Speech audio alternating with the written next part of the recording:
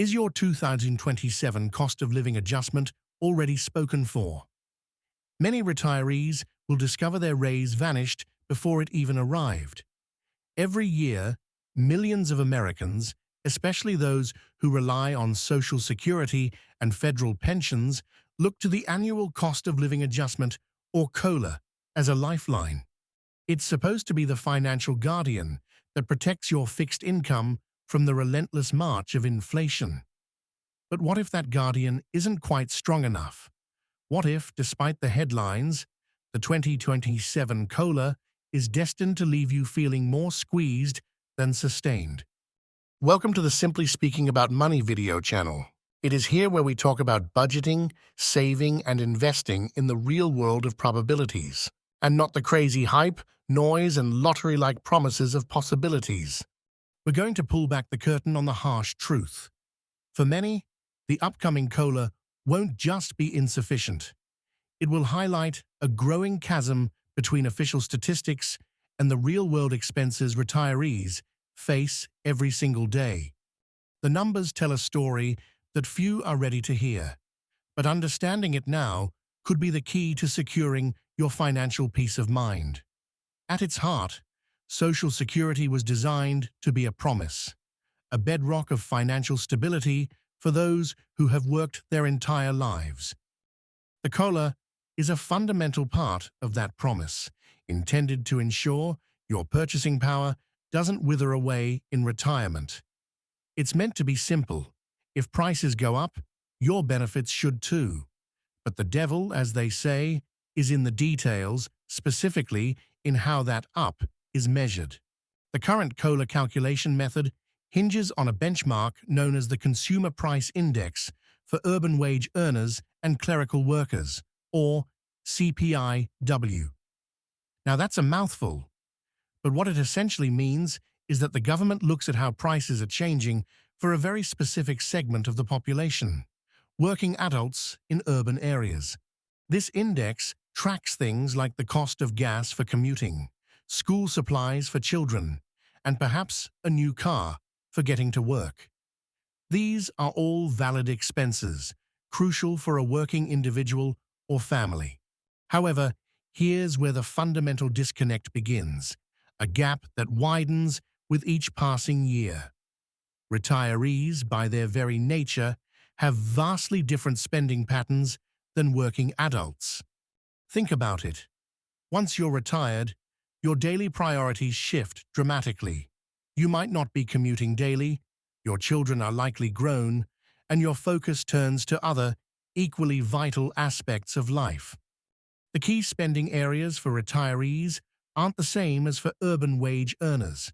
A significantly larger portion of a retiree's budget, often 25% to 30% more than a working household, goes towards three non-negotiable categories: healthcare, housing, and prescription drugs. These aren't discretionary purchases. They are absolute essentials for maintaining health and dignity in retirement.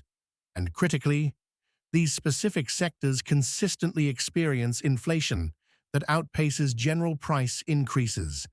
Year after year, the cost of medical care, premiums for Medicare, property taxes, and the price of life-saving medications climb at rates that often double or even triple the broader inflation figures.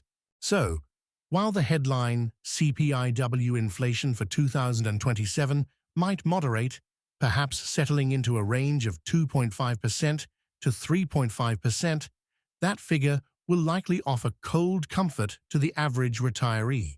Because while the official number looks modest, your personal inflation rate, dictated by the relentless rise in those critical expenses, could easily be nearly double that. If you feel like your money disappears before the month is over, it's not a math problem, it's a plan problem. That's where YNAB, You Need a Budget, comes in. YNAB is built on one simple principle: give every dollar a job before you spend it. Instead of guessing where your money went, you decide where it goes, in advance. It helps you break the paycheck-to-paycheck cycle, build real savings, and finally feel in control of your finances. This isn't about restriction, it's about intention. If you're serious about budgeting the right way, check out the link in the description to try YNAB for yourself. Affiliate disclosure. I may earn a commission if you sign up using my link at no extra cost to you. Let's finish things up. Imagine the government announcing a 3% COLA, but your real-world costs for basic living essentials have jumped by 5% or 6%. Rising Medicare premiums, especially for Part B, are practically an annual tradition, often consuming a significant chunk of any COLA increase before it even hits your bank account. Property taxes, even for those who've long paid off their homes, continue their upward trajectory, a fixed cost that can feel anything but fixed. And don't forget the everyday grocery bill, the utility costs that spike with every change in season, or the unexpected car repair that always seems to come at the worst possible time. The core problem, the one we must confront, is this significant and growing disconnect between the CPIW, the government's chosen barometer, and the actual lived financial experience of retirees. It's like measuring the temperature in one room to gauge the heat in another. The reading might be accurate for the first room, but it tells you nothing about the one you're actually in. Let's bring this abstract discussion down to earth with a concrete example. Imagine, for a moment, that the 2027 COLA lands at a modest 3%. While any increase is technically a positive, let's see what that really means. If your monthly fixed income, perhaps from Social Security, is around $1,800, a common figure for many, a 3% COLA translates to an additional $54 per month. $54. Now, let's hold on to that number. In the realm of retiree expenses, $54 doesn't go very far. Consider this. A significant portion of that $54 increase will likely be almost entirely consumed by a single monthly expense. For instance, the annual increase in your Part B Medicare premium, which is deducted directly from your Social Security benefit, can often wipe out a substantial chunk, if not all, of that $54. Or perhaps it's a higher copay for a specialty drug that you rely on to manage a chronic condition. That small bump from COLA, intended to help you keep pace, often gets swallowed whole by one or two unavoidable costs, leaving nothing behind. This means there are often no residual funds, no leftover money to address all the other rising costs that continue to chip away at your budget. What about the persistent climb of grocery costs? The utility bills that fluctuate wildly with energy prices? The essential home maintenance that becomes more frequent as properties age? Without additional funds to cover these, retirees are left playing a financial game of whack-a-mole, constantly shifting scarce resources from one pressing need to another. This isn't a one-time issue. It's the creation of what we call the COLA gap. It's the continuous, year-after-year erosion of retirees' buying power. Each year, the official COLA is announced, and each year, many retirees find themselves falling a little bit further behind. The consequences of this widening gap are dire and deeply personal. We see retirees forced to make difficult choices, draining personal savings they had hoped to leave for emergencies or their families simply to cover basic living expenses. Many find themselves having to cut discretionary spending, those small luxuries like a restaurant meal, a new book, or a visit with grandchildren that add so much richness to life in retirement. And for some, the reality becomes even starker. The necessity to consider returning to work, not for enjoyment or purpose, but out of sheer financial survival. Often in physically demanding or lower-paying roles they never anticipated in their golden years. It's like giving everyone the same size coat, whether they're tall or short, thin or stout. This approach inherently fails to account for the vast individual differences that define retirement. It doesn't factor in geographic location, where the cost of living can vary wildly from one state or even one county to another. It ignores individual health status.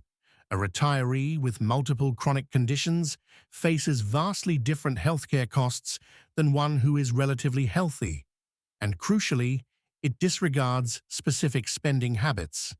For someone who lives frugally and rarely leaves their home, the impact might be less severe. But for someone who relies on public transport, requires frequent medical appointments, or has higher utility bills due to their location, the COLA's uniform blanket simply isn't enough.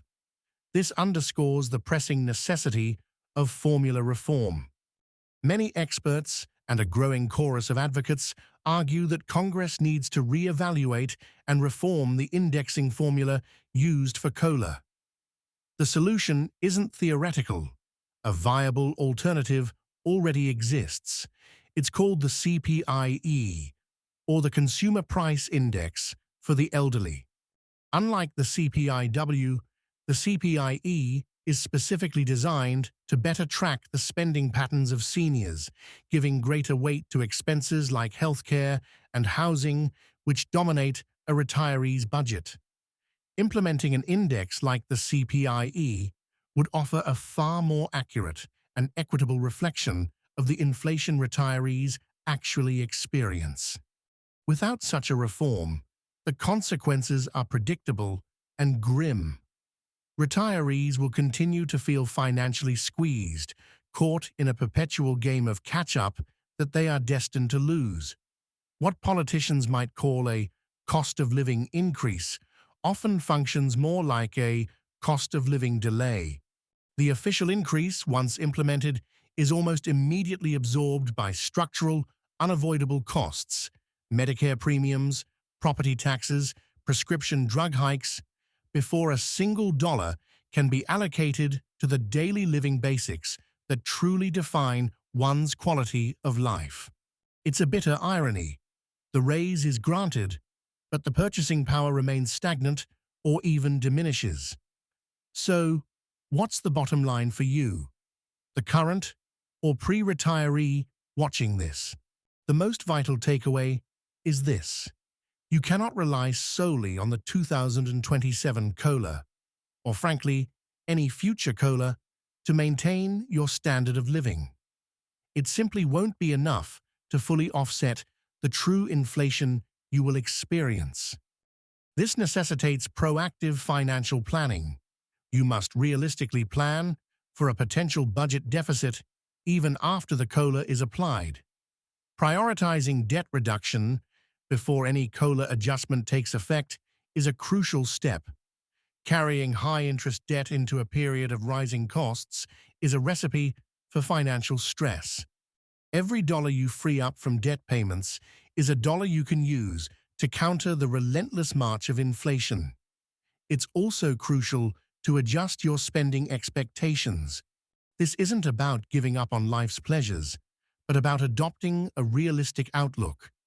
Understand that while the COLA will provide some financial boost, a little extra money in your pocket, it will likely not be the comprehensive solution you need for essential needs, let alone for discretionary spending. By understanding the limitations of the current COLA system and taking proactive steps now, you can better navigate the financial realities of retirement and protect the stability you've worked so hard to build.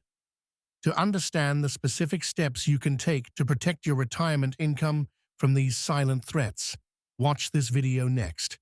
If you found value in today's video, make sure you hit the like button and subscribe to Simply Speaking About Money, so you never miss practical strategies that help you build wealth and make smarter financial decisions.